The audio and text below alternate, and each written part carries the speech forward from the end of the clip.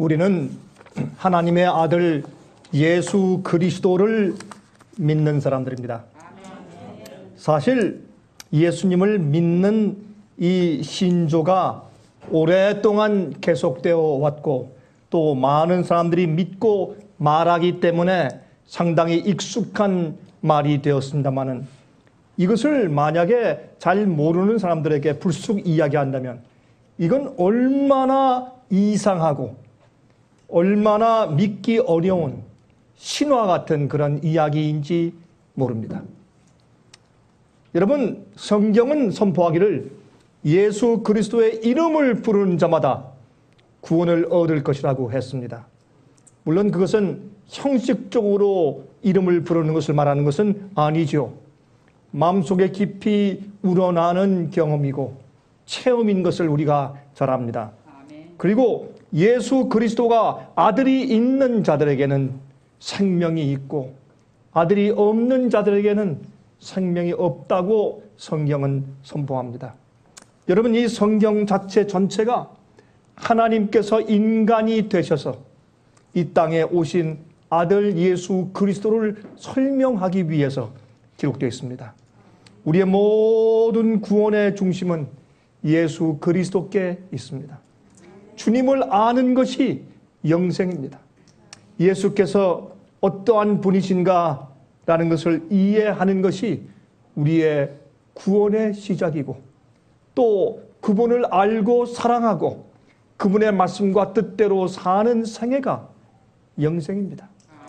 여러분, 이것은 우리로 하여금 영원히 살고 존재하게 하는데 이것은 엄청난 사실입니다. 이 세상에 태어났다가 또 죽어가는 많은 인생들이 있습니다.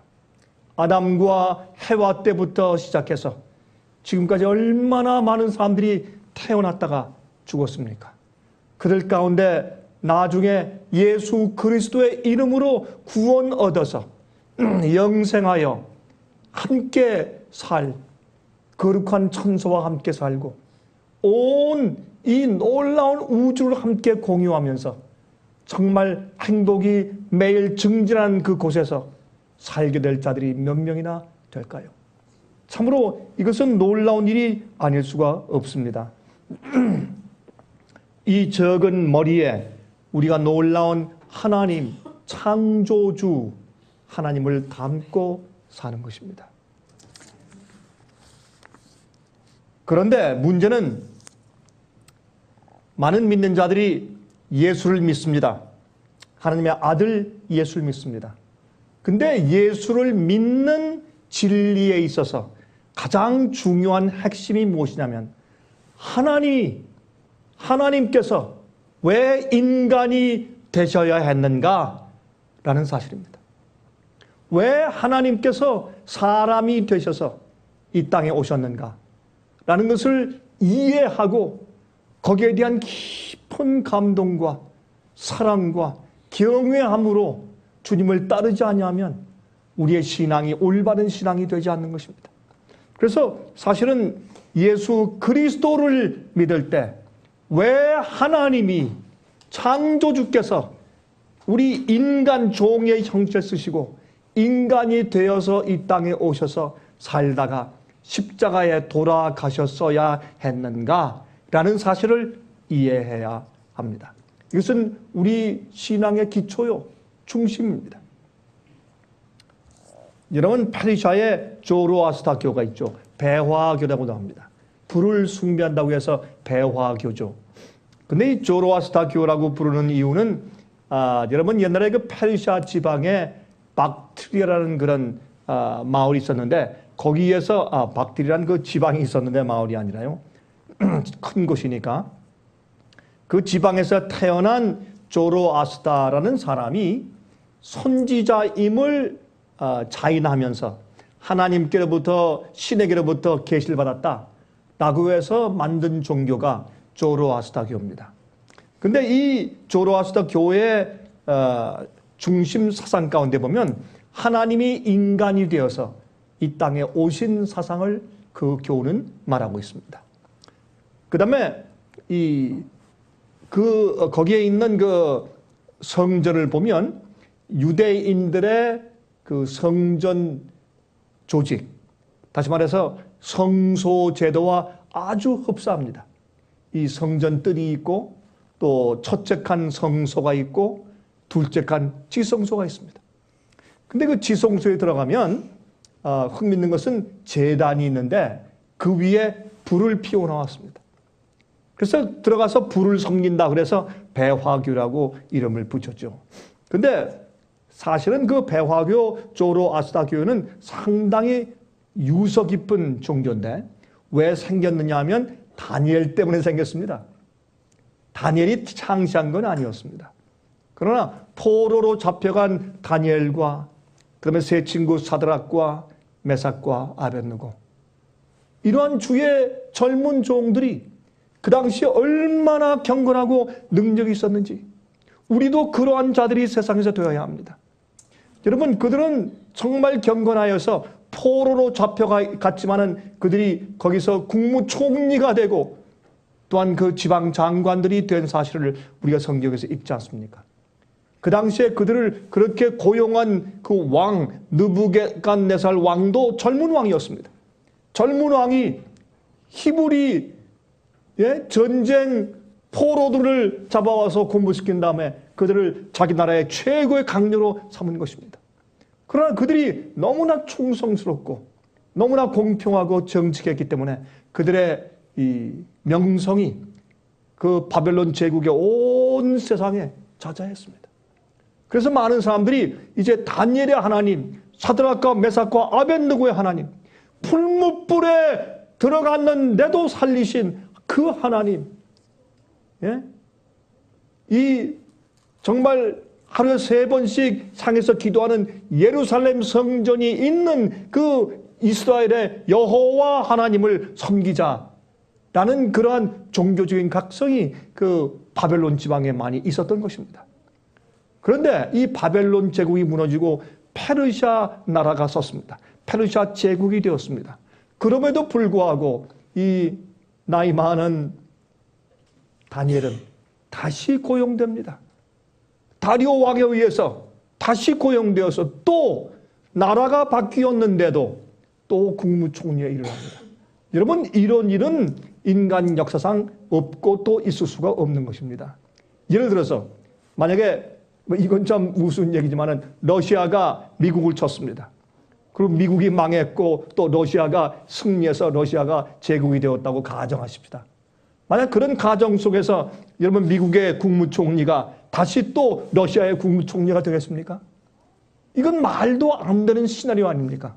얼마나 그가 진실하고 그가 얼마나 공평한 정치가였으면 다니엘은 제국이 바뀌었는데도 똑같이 또 국무총리의 자리에서 일을 합니다. 여러분, 그래서 많은 사람들이 이스라엘의 하나님을 그리기 시작했습니다. 여러분, 이것을 보고 페르시아 나라에서 지금 문제가 생긴 겁니다.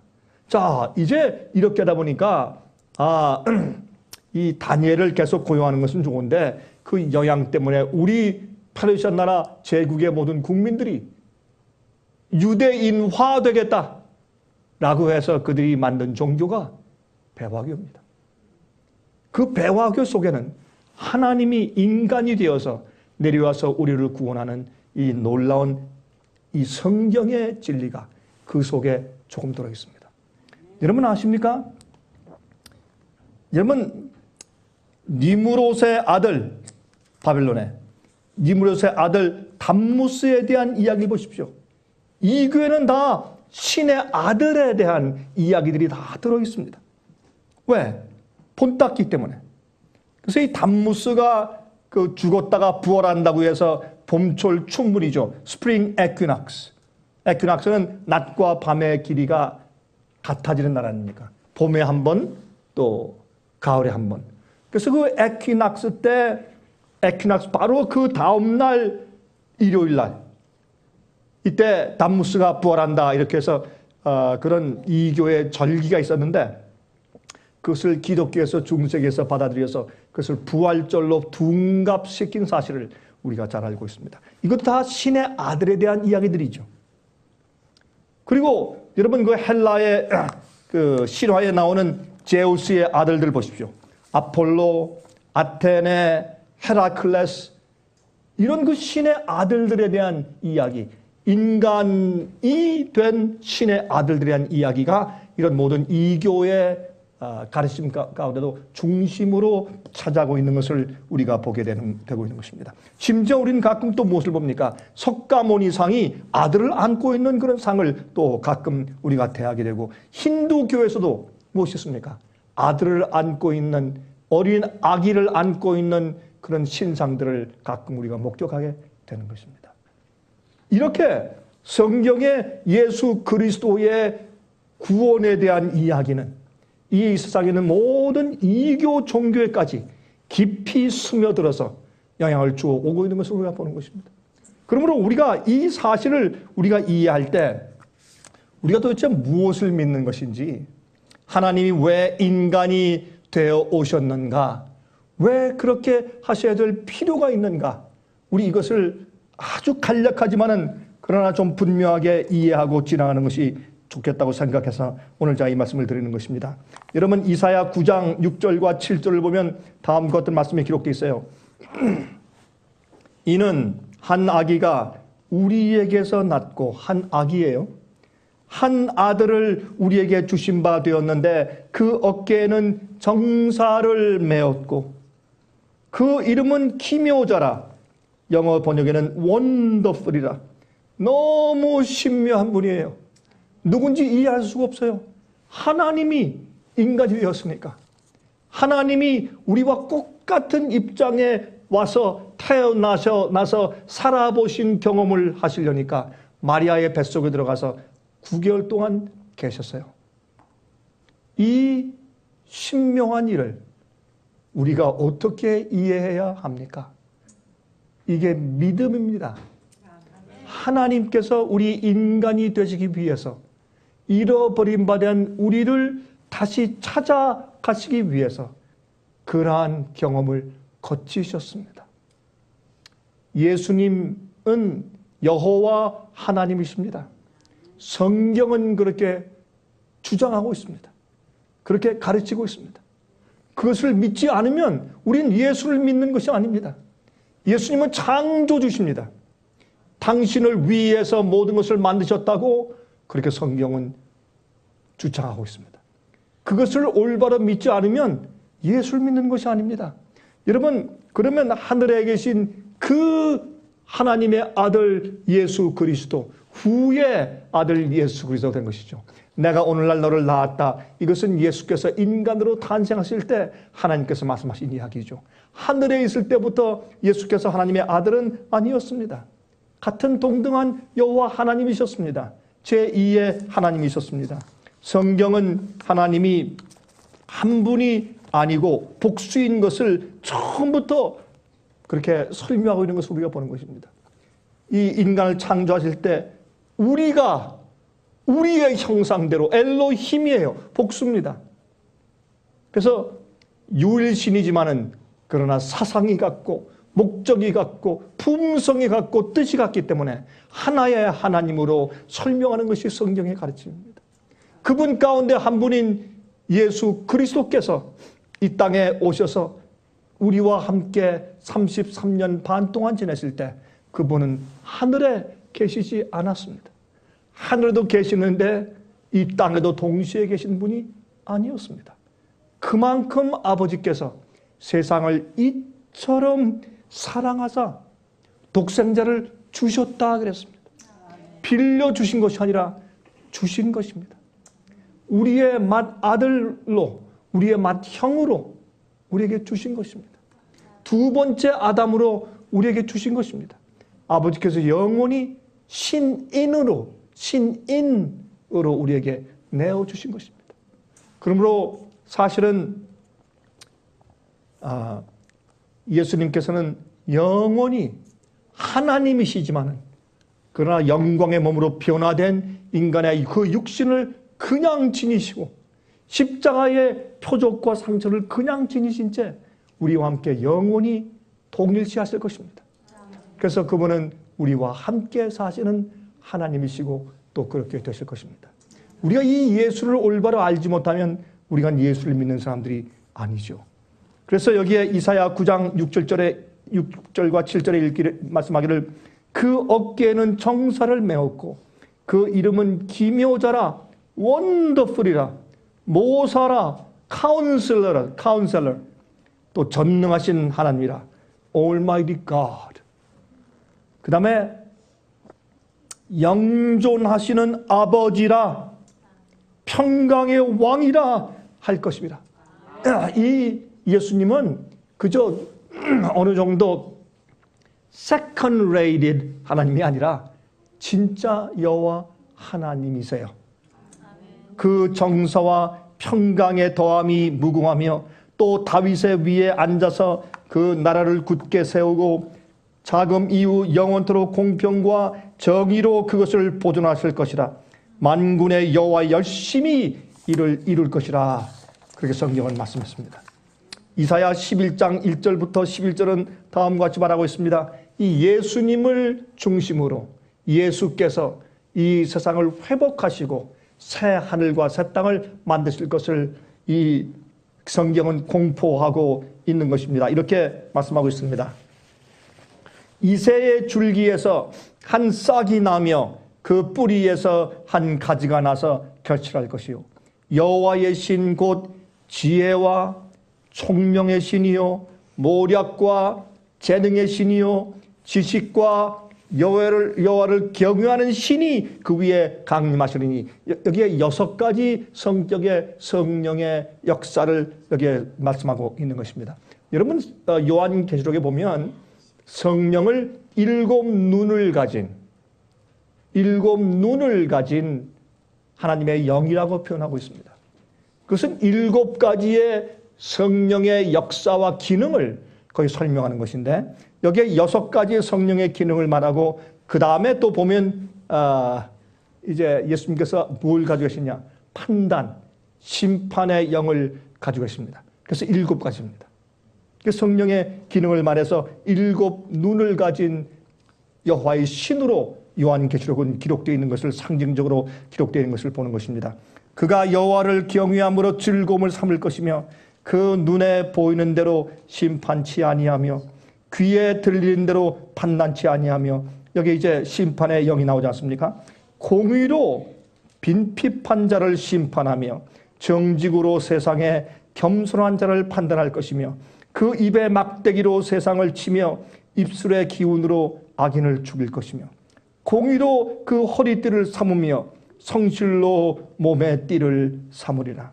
그때에 이리가 어린 양과 함께 거하며 표범이 어린 염소와 함께 누우며 송아지와 어린 사자와 살찐 짐승이 함께 있어 어린 아이에게 끌리며 암소와 곰이 함께 먹으며 그것들의 새끼가 함께 엎드리며 사자가 소처럼 풀을 먹을 것이며 젖먹는 아이가 독사의 구멍에서 장난하며 젖된 어린아이가 독사의 굴에 손을 넣을 것이라.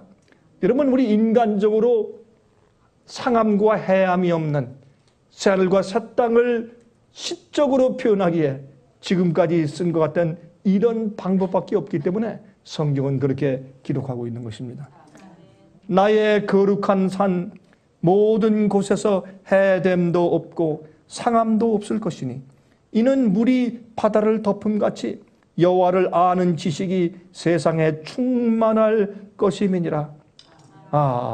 이 하나님을 아는, 하나님이 인간이 되어서 오신 그 하나님을 아는 그 지식이 예수 그리스도 아들을 통해서 우리가 이해한 여호와 하나님의 그 품성을 아는 지식이 온 세상에 가득하기 때문에 이 세상은 해도 없고 상함이 없는 영원한 땅이 되는 것입니다.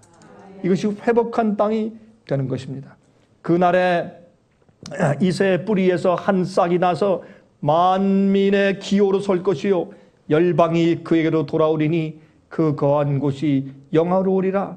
그날에 주께서 다시 손을 펴사 그 남은 백성을 아수르와 애굽과 바드로스와 구스와 엘람과 시날과 하맛과 바다섬들에서 돌아오게 하실 것이라 그랬습니다. 여러분이 구약의 말씀을 쓸 때 여기에 기록된 이 말씀은 어떤 의미에서 세상 전체였습니다. 그 이후에 개발되기 시작한 것이 무엇입니까? 그것이 바로 여러분 이 동쪽으로 가서 정말 이 중국, 그 다음에 북미, 남미, 그렇죠? 그렇게 되는 거죠. 아프리카 남단, 러시아 북단, 또 서유럽, 이런 지역들이 퍼져나가고 개발되기 시작한 것이죠. 그래서 온 세상에 하나님께서 손을 펴서 남은 백성들을 각 지역에서 오게 하실 것이라 그렇게 얘기 말씀하는 것을 보는 것입니다. 여러분, 성경은 말합니다. 여호와만이 구세주일 것이다. 예수께서 우리의 구세주다. 그 말은 뭔지 아십니까? 예수님은 여호와란 얘기입니다. 성경은 그렇게 외치고 있습니다. 여호와 나만이 구세주이다. 나 여호와만이 사람들을 구할 수가 있다. 그렇게 말씀하고 있는 것입니다. 그래서 많은 사람들이 예수님을 구세주라고 부를 때 그것이 무슨 뜻인지 잘 모르는 것입니다. 여러분, 요한복음 8장을 보면 나사렛 사람들이 예수님을 돌로 쳐서 죽이려고 하는 장면이 등장합니다. 왜 그랬습니까? 예수님께서 무슨 말씀을 했습니까? 예수님께서 말씀하기를 나는 너희 조상 아브라함이 있기 전부터, 나기 전부터 뭐라고 했습니까? 있었느니라? 아닙니다. 있느니라. 현재의 형을 썼어요. 그거는 헬라 말로 그들이 듣는 귀에 분명하게 에고 에이미, 그는 I am, 그때도 있었고 그 전에도 있었고 앞으로도 계속 있을 것이고 현재 진행형으로 여호와에게만 쓰는 단어예요. 야훼 할 때 쓰는 I am that I am. I am that I am. 나는 영원히 존재하는 여호와야. 그렇게 표현했을 때 사람들이 분내어서 그들이 돌을 집어 치려고 할 때 예수님께서 피해 나가셨죠. 예수님 당신 자신은 당신이 세상을 창조한 분이요, 아브라함이 나기 전부터 존재해온 항상 있었던 여호와 하나님인 것을 선포하였습니다. 여러분, 요한일서 5장 20절은 이렇게 말씀하고 있습니다. 또 아는 것은 하나님의 아들이 이르러 우리에게 지각을 주사 우리로 참된 자를 알게 하신 것과 또한 우리가 참된 자 곧 그의 아들 예수 그리스도 안에 있는 것이니 그는 참 하나님이시요 영생이시라 그랬습니다. 우리가 믿는 이 예수님은 참 하나님이시요 영생의 근본이십니다. 그분은 우리 구원의 근본이시고 창조의 근본이십니다. 이 하나님이, 이 세상을 지으신 하나님이, 천사들을 만드신 그분이, 창조주가 왜 이 땅에 오셔서 인간이 되어서 태어나서 사셔서 십자가에 돌아가셨느냐 말입니다. 이걸 사람들이 별로 생각하지 않냐고 그냥 우리의 구세주 예수 그리스도 십자가에 돌아가신 분, 우리 죄를 대신해 지시고 돌아가시고 피의 보혈로 우리가 구원받고 그렇게만 이해하지만 얼마나 많은 예수를 믿는 사람들이 그 예수님을 믿는 가장 중요한 기본적인 가르침, 왜 하나님께서 인간이 되어서 오셨어야만 했는가, 성육신에 대해서 얼마나 잘 이해하지 못하고 또 알려고 하지 않는지 잘 모르는 것입니다. 그래서 어떤 의미에서 예수를 믿는데 우상 숭배하는 것입니다. 마치 어떤 이교신을 믿는 것처럼 나를 구원한 어떤 신에 대해서, 십자가에서 피의 보혈을 흘려주신 어떤 신에 대해서만 믿는 그런 마음으로 믿고, 그리고 얼마나 좋아요. 자기가 지은 많은 죄를 용서받고 영생에 들어간 동안이 얼마나 좋아요. 그러나 예수를 믿는 일이 무엇을 믿는 것인지, 또 왜 믿는 것인지 그것을 잘 모르고 믿는 자들이 대반인 것입니다. 그래서 마귀는 예수를 믿기는 믿되 교회 안에 들어와서 잘못 믿도록 만들어서 멸망시키려고 애를 쓰는 것입니다. 예수를 믿되 잘못 믿어서 멸망당한다고요? 그렇습니다. 그것이 마귀의 작전입니다. 마귀가 사람들을 핍박하고 고문하고 죽여서 기독교를 없애려고 하니까 보니까 교회가 더 부흥하는 것을 보고 그런 작전을 바꾼 것이죠. 교회 안에 들어와서 잘못 믿게 하여 멸망당하게 하는 작전을 세운 것입니다. 그래서 예수님의 인간 되신 성육신의 의미를 반쪽만 이해하도록 만드는 것입니다. 복음도 반쪽 복음만 이해하여서 믿도록 만들어서 사람들을 멸망시키는 일의 명수인 마귀는 예수님의 인간 되심에 대한 이해를 막으려고 그렇게 애를 쓴 것입니다. 그래서 예수님께서 어떤 분으로 이해됩니까? 하나님이 인간이 되어 사실 때 신성의 능력을 그냥 가지고 사신 분. 예수님의 본성은 인간의 본성이 아니라 신의 본성이 그 속에 들어있기 때문에 어떤 의미에서 어떤 때는 예수님께서 죄를 지을래야 지을 수 없는 분이시고 또 병자를 고치시고 죽은 자를 살리신 것은 신성의 능력이었고 하는 예수님의 진정한 인간 되어 오신 그 목적과 의미를 이해하지 못하는 믿음을 가지고 사는 그런 그리스도인들이 얼마나 많이 있는지 모르겠습니다. 잘못된 가르침. 잘못된 가르침. 그래서 사도 바울은 말합니다. 우리가 진리를 믿음으로 구원받는 것이라고. 진리를 믿음으로 구원받는 것이라고. 이것을 우리가 얼마나 외치고 떠들어야 사람들이 이해할지 모르겠어요. 진리는 우리를 순결케 하는 것입니다. 진리를 있는 그대로 믿으면 진리는 우리 속에 들어와서 우리의 잘못된 생각, 잘못된 오류의 가르침, 또 우리 마음 가운데 잘못된 자존심 때문에 생긴 그런 이해, 욕심 때문에 생긴 잘못된 이해, 이런 것을 다 씻어내기 때문에 진리로 우리가 구원받는 것이에요. 진리의 가르침대로 우리가 믿어야 할 것입니다.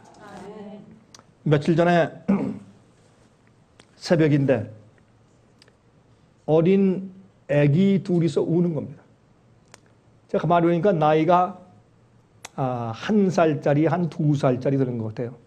어린 여자 계집아이 둘이 우는데 번갈아 우는데 그 보채고 우는 소리가 참 측은하고 처량해요. 막 울어요. 어디에서 이렇게 이 어린 계집아이 둘이 이렇게 울고 있는가?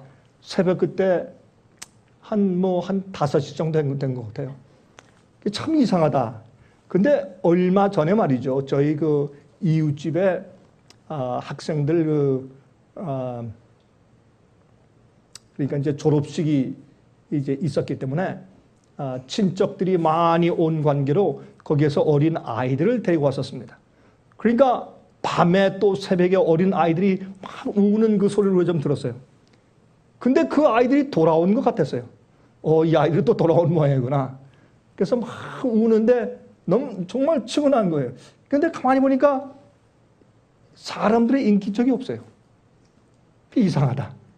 그래서 창문에 이제 블라인드를 열고 내다보았습니다. 그랬더니 웬걸요. 아이들이 아니라 2마리의 검은 도둑고양이 되었습니다. 그런데 이 우는 소리가 99%가 아니에요. 99.9%도 아니고 100% 인간의 어린 아이들의 계집 아이들의 우는 소리였습니다. 너무나 정확하게 그걸 흉내서 울기 때문에 제가 깜짝 놀랐습니다. 여러분, 이 세상에는 성경의 가르침 비슷한 오류가 많이 있습니다. 그럴듯한 가르침이 많이 퍼져 있습니다. 사람들을 기만하고 미혹하고 속이고 있는 것입니다. 그러나 성경은 올바로 믿으라고 얼마나 깨끗하게 설명해 주고 있는지 모르겠습니다. 제가 한 성경절만 더 읽겠습니다.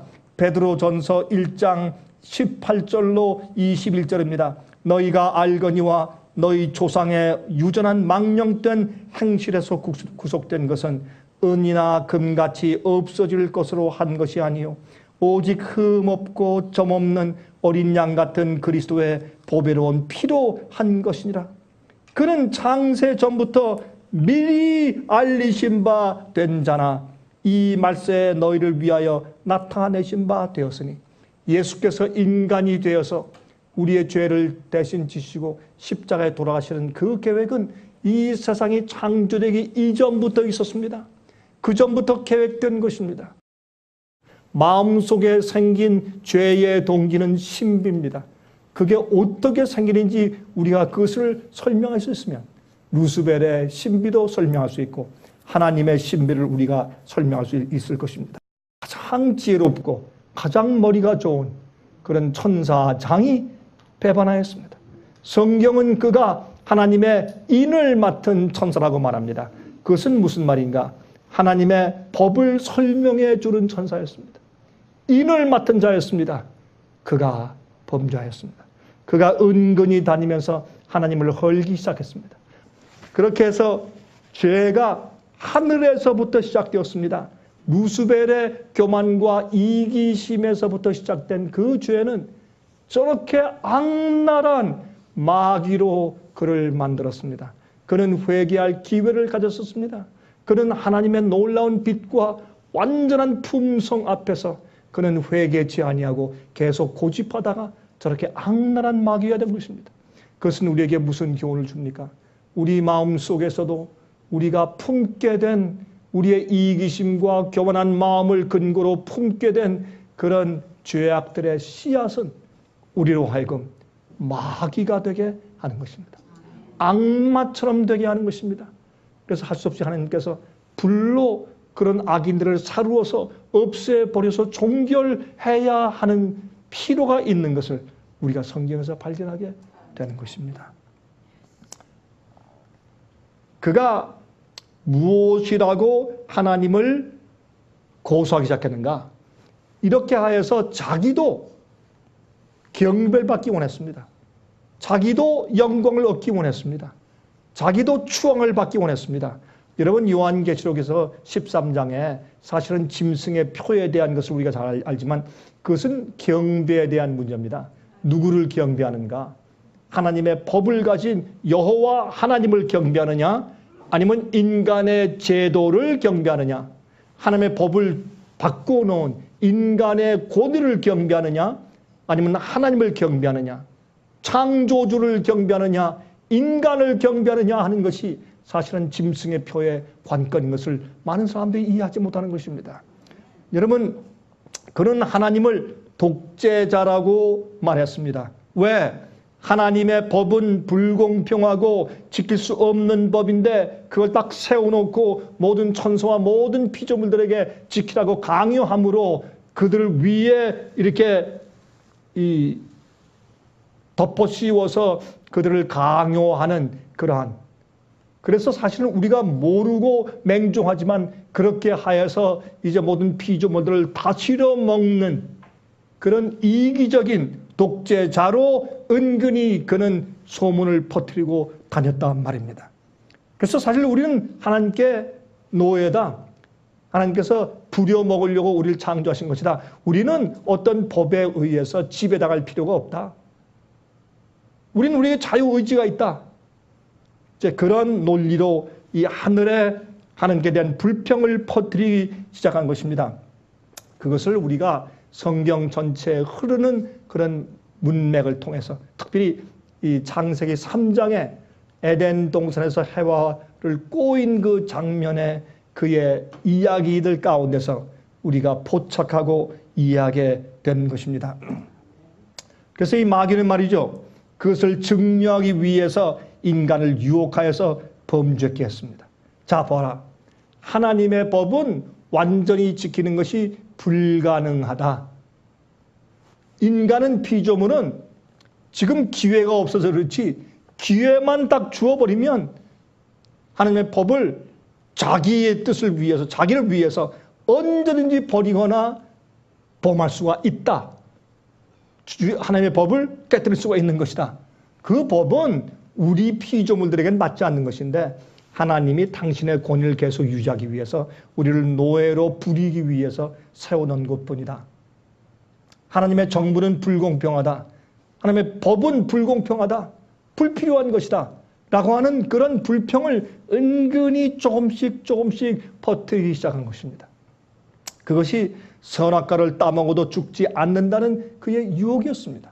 하여튼 이렇든 저렇든 그는 아담과 해와를 유혹하여서 선악과를 따먹도록 그렇게 만들었습니다. 그래서 그들을 범죄케 하였습니다. 하나님의 계명을 범하게 만들었습니다. 자, 그렇게 한 다음에 그는 성성장구했습니다. 자, 피조물들을 보아라. 누구나 다 이처럼 그 기회만 오면 다 하나님의 계명을 범하게 되어 있다. 라고 하는 것을 내가 증명했지 않느냐? 라고 그는 말했습니다. 이것은 엄청난 파장을 일으켰습니다. 여러분, 이것은 우주를 뒤흔드는 어마어마한 반역 사건이었습니다. 하나님께서는 이 고소에 답변을 하셔야만 했습니다. 여러분이시여, 만약에 한 나라의 대통령이 있는데 그 대통령이 1억 달러를 해먹었다 라고 어떤 국회의원이 대통령을 고소했다고 하십시다. 그때 대통령이 말도 안 되는 이렇게 고소하는 이런 자가 어디 있는가? FBI를 보내가지고 불러와 당장 처형해. 이렇게 해서 처형해 버렸더라면 어떻게 될 뻔했습니까? 어떻게 될 것입니까? 그 의혹은 점점 더 증폭될 것이요. 여러분, 그렇게 한다고 해서 국민들이 대통령을 더 신뢰할 것입니까? 아닙니다. 대통령에 대한 불신은 점점 더 깊어질 것이 아닙니까? 아주 간단한 신뢰죠. 마찬가지입니다. 죄가 존재해 본 적이 없는 이 우주에 마귀 이 루스벨의 은근한 불평과 불만과 은근한 고소는 사실 많은 존재들에게 정말 그러한가? 이게 무슨 얘기야? 라고 귀가 솔깃하게 만든 것이 사실입니다. 그래서 심지어는 그 똑똑한, 여러분들이 머리가 좋으십니까? IQ가 좋다고 하시죠? 그렇죠? IQ 검사를 이런 검사 저런 검사 다 해본 다음에 그 중에서 제일 결과가 좋은 것을 우리의 IQ로 우리가 대부분 삼는 경우가 많죠. 그렇죠? IQ 검사 여러 가지를 해본 다음에. 그래서 우리가 좋은 IQ를 가지고 있다고 우리가 스스로 위로하기를 좋아합니다.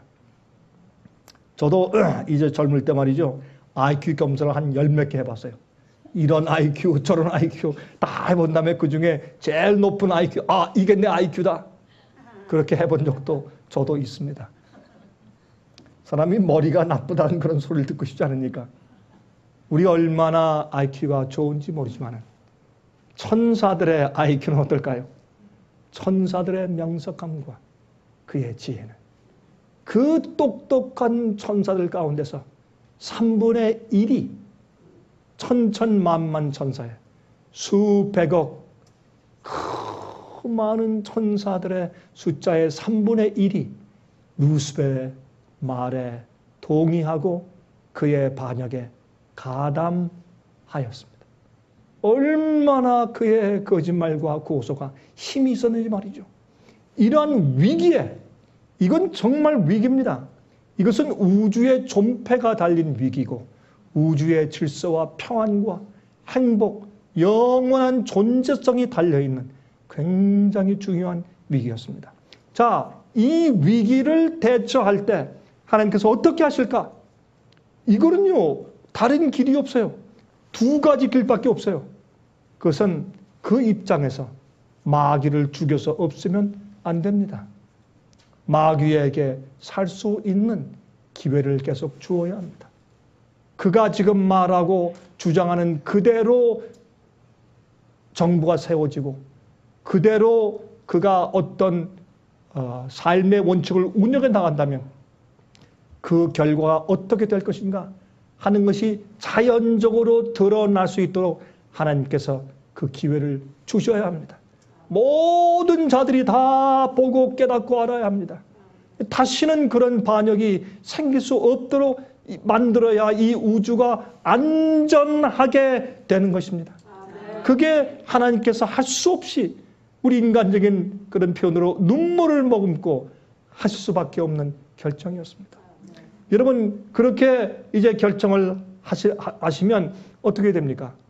범죄한 인간이 사는 지구에 한해서 역사하도록 주님께서 하늘에서 그들을 내어 쫓으시고 반역한 루스벨 천사장과 그 다음에 그 부하들 모든 악한 천사들을 내어 쫓아서 이 지구에 한계해서 거기 안에서 역사하도록 하고, 그 다음에 범죄한 인간들이 마귀의 지배 가운데 사는데 하나님께서 그들에게 새롭게 하나님을 다시 보여주시고 성령의 감동을 통해서 그 속에서 죄 속박이 되어 있는 그곳에 오셔서 그들이 수갑이 채이고 죽음의 사망의 두려움 속에서 마귀의 종이 되어서 죄의 힘의 노예가 되어서 붙들려 살고 있으면서 어둠 속에서 희망이 없을 때 하나님께서 인간이 되시어서 여호와 창조주 하나님께서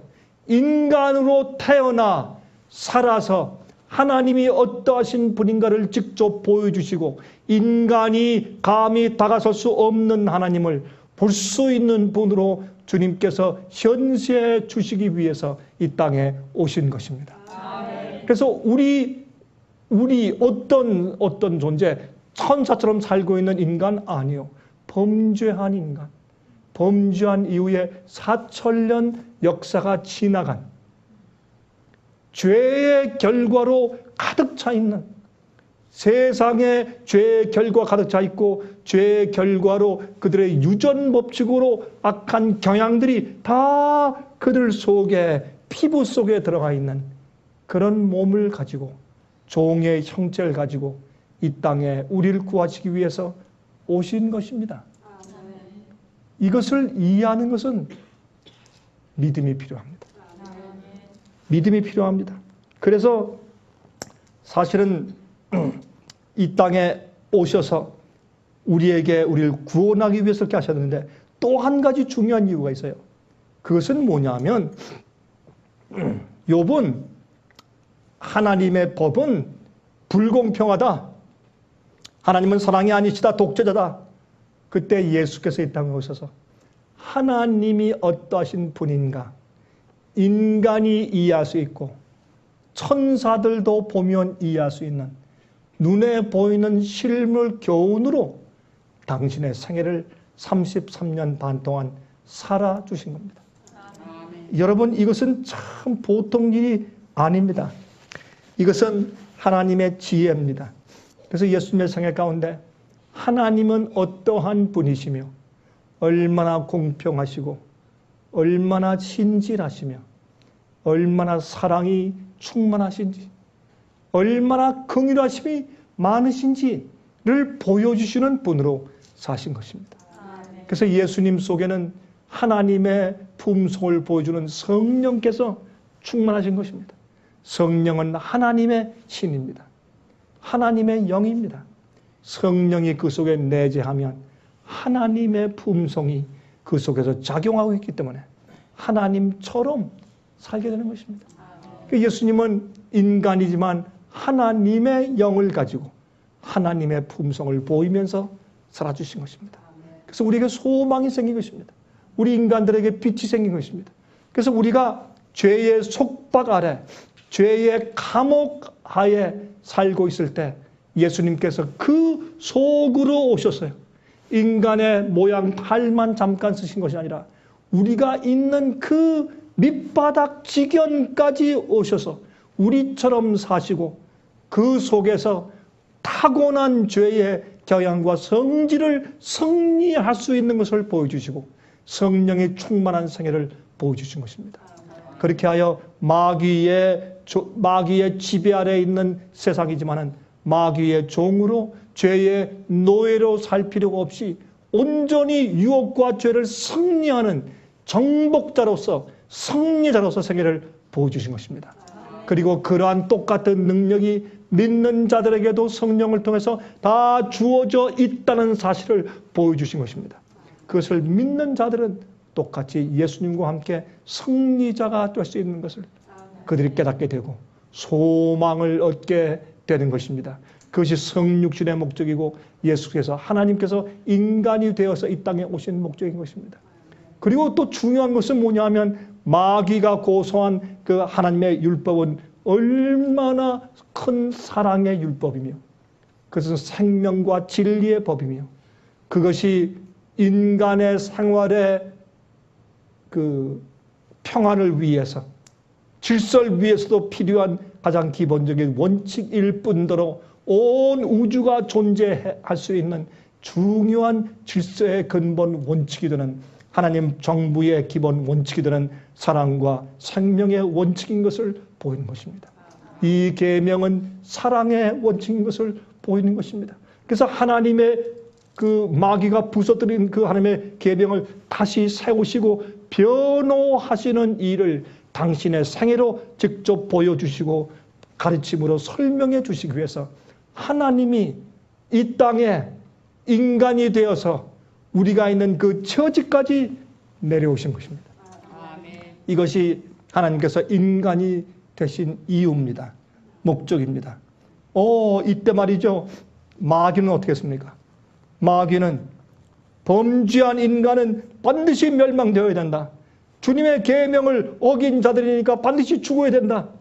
그렇게 할 때 하나님께서 내가 그들의 죄의 결과를 내가 책임지고 내가 다시 한번 기회를 주겠다. 마귀 너는 나의 완전한 품성과 빛 가운데서 범죄했지만 인간들은 너의 거짓말에 기만당한 자들이다. 내가 그들을 불쌍히 여기고 다시 한번 기회를 주겠다. 누구든지 나의 대속의 죽음을 믿고 나의 보혈의 피를 믿고 나의 가르침을 믿으며 성령을 받는 자들에게 내가 그들에게 영생할 수 있는 또 한 번의 기회를 주겠다. 그렇게 하기 위해서 예수께서 인간이 되어서 이 땅에 오신 것입니다. 여러분, 그러므로 범죄한 인간은 마땅히 멸망되어야 할 필요가 없습니다. 예수 그리스도 안에 영생할 수 있는 기회가 다시 주어진 것입니다. 그런데 올바른 복음과 올바른 진리를 알고 깨닫고 믿어야 하는 것입니다. 여러분, 이때 우리가 한 가지 이해할 것이 있는데 그것이 무엇입니까? 그것은 이 성경에 있는 욥에 대한 고소입니다. 여러분, 제가 몇 번 말씀드렸지만은 성경에 제일 먼저 기록된 책은 창세기가 아니라 욥기서입니다. 이 내용의 문맥이나 거기에 역사적인 배경을 보더라도 욥기서가 창세기보다 먼저 기록되었습니다. 그래서 욥기서가 기록된 이유는 무엇입니까? 마귀가 인간들에게 하는 것은 무엇입니까? 인간은 어떻게 해요? 인간이 하나님을 섬기는 것은 순수한 사랑으로 그런 좋은 동기로 경배하는 것이 아닙니다. 하나님께서 그들을 축복하시니까 이기적으로 섬기는 것이고 무서우니까 두려워서 경배하는 것입니다. 그것이 마귀의 고소입니다. 그러므로 인간은 진실되게 하나님의 계명을 순종하는 것이 아니고 순종할 수가 없습니다. 그것이 그의 고소입니다.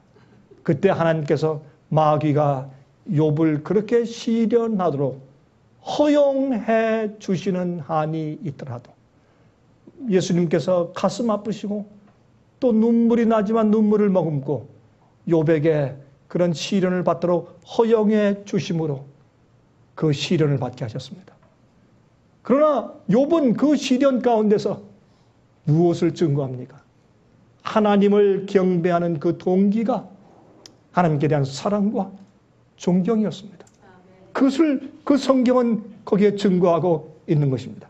여러분, 그래서 사탄의 반역과 고소에 대한 하나님의 유일한 해결책이 바로 인간이 되신 하나님 예수 그리스도일 수밖에 없는 것입니다. 여러분, 인간이 다가설 수 있는 하나님, 인간이 하나님의 계명을 온전히 순종할 수 있다는 사실을 완전한 인간이 되어서 모본으로 보여주신 것, 하나님의 법을 변호하기 위하여서 범죄한 인간의 입장까지 내려와서 그 법을 성령의 능력으로 완전히 순종한 모습을 보여주시는 것, 인간이 죄와 사탄의 노예가 되어 갇혀있는 곳까지 내려오셔서 사탄의 모든 유혹과 죄를 승리해 보이심으로 죄의 속박에서 해방되어 구속받기를 원하는 모든 인간들에게 소망을 주시기 위해서, 또 두 번째 아담으로 우리 인간의 인류의 대표자가 되어주기 위해서, 우린 실패한 아담의 후손이지만은 그러나 동시에 승리자인 두 번째 아담이신 예수님의 후손들입니다. 그래서 우리에게 잃어버린 인류에게 소망을 주시기 위해서 하나님이 인간이 되어서 이 땅에 오신 것입니다. 이것을 이해할 때 그 속에 무엇이 들어있습니까? 완전한 영원한 복음의 의미가 들어있습니다. 계명을 지키고 순종한 의미에 우리가 죄를 승리할 수밖에 없고 승리할 수 있다는 놀라운 복음의 가르침이 그 성육신 가르침 속에 들어있는 것입니다. 그러므로 이것을 이해하지 못하고 그냥 예수를 믿는 것은 올바른 이해가 아닌 것을 알 수 있습니다. 한 번은 모세가요, 이제 시내산 기슭에서 양을 치다 보니까 가시떨기 나무에서 불이 붙는데 그 불이 가시떨기 나무를 태우지 않는 것입니다. 그는 참 이상했습니다. 어떻게 이런 일이 다 있는가? 성경에 보면 그는 그것을 구경하기 위해 갔다. 사이트싱, 관광하기 위해서 갔다. 그는요, 애굽에서 도망쳐서 이제 이 광야에서, 미디안 광야에서 너무 오랫동안 살아온지라, 거의 40년 동안 살아온지라, 그는 이제 누굴 잊어버렸습니까? 하나님의 능력을 잊어버렸습니다. 하나님에 대한 지식도 잃어버렸습니다. 유창했던 애굽의 언어도 잃어버렸습니다. 그래서 그런 하루는 그 이상한 광경을 구경하기 위해서 갔다 그랬습니다. 그때 여호와께서 말씀하기를, 모세야, 내가 서 있는 것은 거룩한 땅이니 내 발에서 신을 벗으라. 그때 그는 알았습니다. 그 불타는 가시떨기 나무를 통해서 하나님께서는 예수 그리스도의 인간 되신 성육신을 상징적으로 보여주신 것입니다. 지성소에 들어가면 법궤를 우리가 보는데 그 십계명을 담고 있는 법궤는 가시떨기 나무로 만들었습니다. 예? 그 가시나무로 만든 거예요. 그러면 여러분 그것은 무엇입니까? 이 가시떨기 나무는 광야에 있는 가시떨기 나무, 남에게 가시로 상처를만 줄 수밖에 없는 그 형편없는 그 가시떨기 나무, 그것은 죄로 인해서 타락한 우리 인간을 상징합니다. 우리가 서로 끌어안으면 서로 상처를 줍니까? 상처를 주죠. 왜? 우리에게 가시가 있기 때문에. 가시. 그런데 그 속에 무엇을 담습니까? 하나님의 계명을 담는 것입니다. 그게 법궤입니다. 그게 법궤의 경험입니다. 근데 모세가 보니까 가시떨기 나무에 불이 타는데 그 불은 거기서 활활 타지만 그 가시떨기 나무를 태우지 않고 있었습니다. 그는 깜짝 놀랐습니다. 하나님의 영광이 임한 타락한 인간의 탈을 쓰고 있는 사람이지만 하나님의 셰키나 영광이 능력이 그 속에 임재해 있으나 그 육체를 태우지 않는 예수 그리스도, 하나님의 아들의 모습을 그 불타는 가시덤불로 하나님께서 상징해 보여주신 것입니다. 그것이 예수님이었습니다. 예수님이 그런 모습으로 이 땅에서 사신 것입니다. 여러분, 그때 모세가 그 앞에서 무릎을 꿇은 사실을 우리가 잘 알고 있는 것입니다. 여러분이시요. 자, 우리가 이런 입장에서 우리가 하나님을 어떻게 믿고 알아야 될까요? 어떻게 우리가 하나님의 은혜를 받아야 할까요? 여러분, 여기 로마서 8장 35절 보면 이런 말씀이 있어요. 누가 우리를 그리스도의 사랑에서 끊으리요? 환난이나 곤고나 핍박이나 기근이나 적신이나 위험이나 칼이라. 누가 우리를 이 그리스도의 사랑에서 끊을 것인가? 우리를 구원하기 위해서 이 땅에 오신 하나님의 그 놀라운 계획과 사랑에서 누가 우리를 끊을 것인가? 우리가 예수를 믿는 것은 쉬운 일이 아닙니다. 예수를 믿는 것은 참 어려운 일입니다. 성경에 있는 말씀대로 산다는 것은 쉬운 일이 아닙니다. 사람들이 마치 미신을 믿는 것처럼 예수를 믿기 때문에 쉬운 것 같지만 절대 그렇지 않습니다. 그러나 우리가 주님께서 우리에게 따라오러 가신 그 좁은 길로 가면서 어떤 일들이, 어떤 경험들이 우리를 하나님의 사랑에서 끊어지게 할 수 있단 말입니까? 우리가 주님을 따를 수 있고 끝까지 신실할 수 있는 이유는 하나님이 왜 인간이 되셔서 오셨는가 하는 그 놀라운 사랑과 선택을 이해하기 때문에 그렇습니다.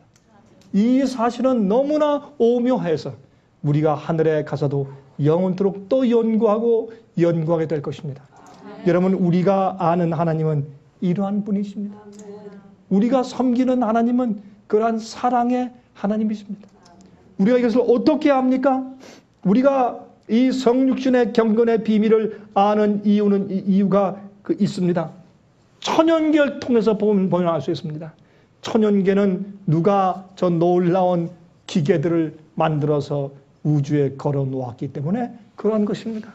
여러분, 우리가 어느 집에 우리가 놀러 가서 기가 막히게 아름다운 그런 미술품이나 조각품을 보면서 야, 우연히 떨어진 것 치고는 참 멋있다, 그렇게 하는 정신 나간 사람이 없습니다.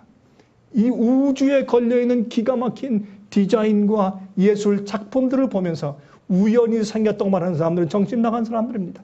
저런 것들을 만들어서 걸어두신 우리의 생명의 근원 되신 하나님을 믿게 됩니다. 그리고 우리에게 구원의 소망을 주신 복음을 적은 성경 말씀을 믿게 되는 이유가, 그 이유는 그 속에 있는 예언들 때문에 그렇습니다. 많은 예언들이 기가 막히게 성취되었습니다. 기간적인 예언들은 우리의 입을 딱 벌어지게 만듭니다. 이러한 모든 예언들의 성취가 이 말씀이 진실된 하나님의 영감의 말씀인 것을 우리에게 증명해 주고 있습니다. 그래서 우리가 믿습니다. 그리고 선조들의 경험들과 간증들이 그것을 진리라고 증거해 주고 있습니다. 구름같이 허다한 증인들이 있습니다. 현재 이 땅에 살고 있는 현재 우리 형제자매 인간들 가운데서도 체험적으로 악인이 의인으로 바뀐 놀라운 체험적인 간증들을 가지고 삽니다. 이 모든 것들을 통해서, 특별히 성령의 증언들을 통해서 우리는 아는 것입니다. 우리는 믿을 수 있습니다. 이 조금 있으면 주님께서 이 땅에 오실 것입니다. 주님께서 오시는 그날 우리가 믿는 믿음이 더 이상 필요 없을 것입니다. 눈에 보이는 사실만 있기 때문에 더 이상 믿음이 필요 없는 때가 올 것입니다. 그때는 사랑만 존재할 텐데 하나님께서 인간이 되신 그 사랑 속에서 우린 영원히 살 것입니다. 그러하다면 오늘부터 계속해서 매일매일 그 사랑 속에 살아가시기를 간절하게 바랍니다. 자비하신 하늘에 계신 우리 하나님 아버지시여, 우리가 오늘 간단하게 공부하였지만은 여호와 우리 하나님의 놀라우신 자비와 사랑과 긍휼로 인해서 감사합니다. 하나님이 죄 많은 우리 있는 곳까지 오셔서 우리와 똑같은 인간이 되시고자 선택하시고 그렇게 살아 주셨음을 감사합니다. 그리고 그래서 우리에게 소망을 주셨음을 감사합니다. 주님이시여, 참 마귀는 우리의 소망에 불을 꺼서 정말 꺼져가는 촛불에 정말 희망 없이 불을 꺼서 우리 영혼을 멸망시키고 우리 영혼을 흔들려고 매일 애쓰고 있습니다. 하늘에 계신 우리 아버지시여, 우리를 구속하기 위해서 우리 인간의 모습으로 오시기로 결정하신 놀라운 선택을 하신 우리 하나님이시여, 간구하오니 마귀의 그러한 역사가 우리 속에 이르러 오지 않도록 도와주시옵소서. 막아주시옵소서. 이길 수 있도록 하시고, 넘어질 때 저희를 일으켜 주시고, 실패했을 때 다시 살게 해주시옵소서. 주님의 놀라운 성육신의 은혜가 우리의 매일의 생애에서 우리를 승리케 해주시기를 살아계신 예수 그리스도의 거룩하신 이름으로 간절하게 기도합니다. 아멘.